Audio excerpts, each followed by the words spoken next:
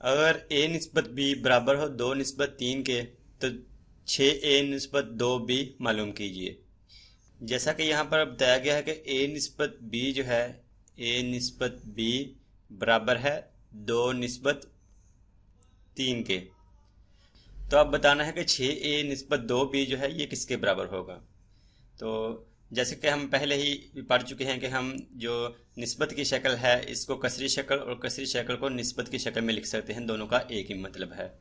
तो a निस्बत b जो है इसको हम लिख सकते हैं a तकसीम b बराबर, और 2 निस्बत 3 जो है इसको भी लिख सकते हैं कसरी शक्ल में 2/3। तो ये है a बटा b। लेकिन हमने यहाँ पर मालूम करना है कि 6a निस्बत 2b किसके बराबर होगा। ये a b है तो इसको 6a को करने के लिए और b को 2b करने के लिए इसको 6/2 से इसको ज़रब कर देंगे। 6/2 से ज़रब कर देंगे a बटा b को, क्योंकि अगर हम 6 को a से ज़रब करेंगे तो 6a आ जाएगा और b को 2 से ज़रब करेंगे जो b आ जाएगा, 2b आ जाएगा। 6/2 से अपने पास से हमने इजाफा किया 6/2 का, सिर्फ इसलिए कि ताकि हम इसको 6a निस्बत 2b कर सकें। बराबर 2/3 है ये वाला, 2/3 बराबर की एक साइड पर हमने 6/2 का इजाफा किया अपने पास से ताकि हम इसको 6a और 2b कर सकें। जब बराबर की एक साइड पर किसी भी नंबर का इजाफा करते हैं तो उसी नंबर को दूसरी साइड पर भी उसको इजाफा करना पड़ता है।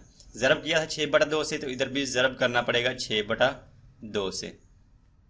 अब अगर हम तकसीम करदा को तकसीम करदा से और तकसीम कुनिंदा को तकसीम कुनिंदा से ज़रब कर दें तो यह जगह 6 को a से ज़रब किया तो 6a, वही 6a आ गया तकसीम, और 2 को b से ज़रब किया तो 2b बराबर, और 2 को 6 से ज़रब करेंगे तो ये आ जाएगा 12 बटा, और तकसीम करदा को तकसीम करदा से ज़रब किया, 3 को 2 से ज़रब किया यानी कि तो ये आ जाएगा 6।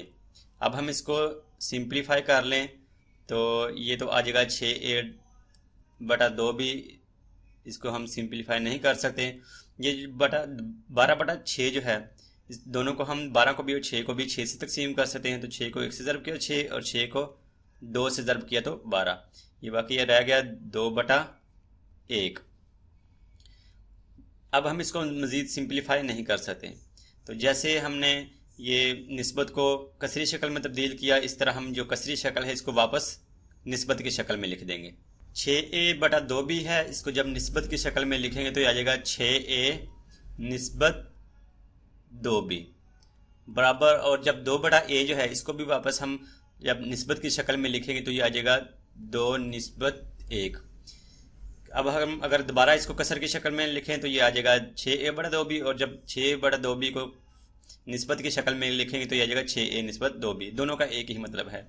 तो जैसा कि हमसे ये सवाल में कहा गया था कि 6a निस्बत 2b मालूम कीजिए, तो 6a निस्बत 2b मालूम कर लिया हमने, उसका जवाब आ गया 2 निस्बत 1।